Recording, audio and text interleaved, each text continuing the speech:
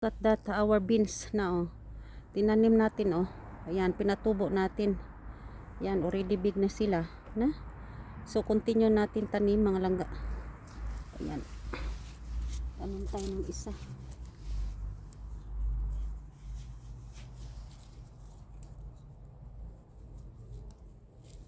Ayan, ating tatanim pa.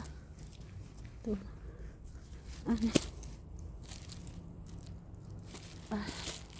Tanim natin itong dalawa po.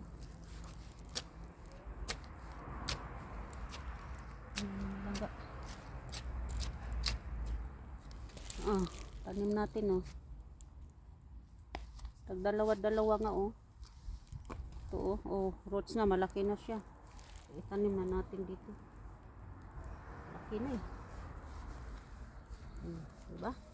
Ganyan na yan magtanim. Very simple. So, ayan. Balang araw may aanihin na tayong mga langga. May aanihin na tayo. Tapos isa pa dito.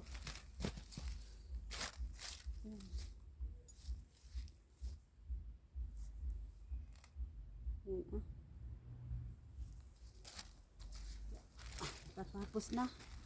This is our beans na pinatubo mga langga. So, dito yung isa. And the next, lagay natin dito. On the other side, okra. Okra on the other side. Tapos, ano, yung lauk sa gitna. Ayan. Yung lauk ba, yung parang sibuyas. Ayun, may anihin na tayo. Tapos guys, pag may snake, no, may snail na kumakain ng bagong tanim, atin anuhin, guntingin, patayin natin sila, guntingin natin. Dapat araw-araw bisitahan mo dito yan ang tanim mo. Kasi paggabi, lumalabas mga yan. Naghahanap ng kakainin nila. So ayan na oh, ang ating bunin oh. O, ayan. O di ba? Oh, very good.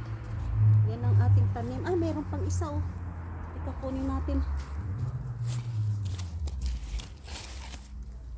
Meron pa isa. Ito.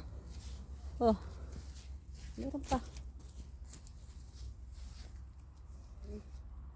Meron pang isa. Yan. Dubli-dubli na nga oh. Tanim ko. Sikip-sikip na ito.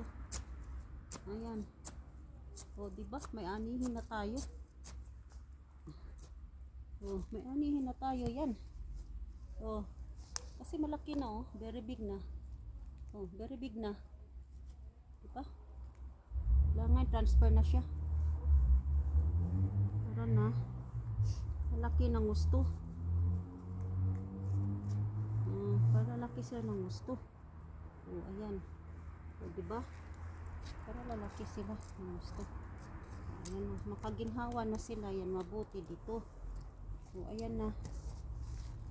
Ayan na mga langga. Diba? Maganda yung tanim natin.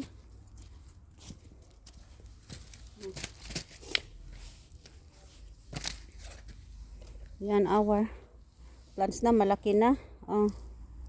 Oh, look at that. See? So, look at that. Our beans, new plants beans.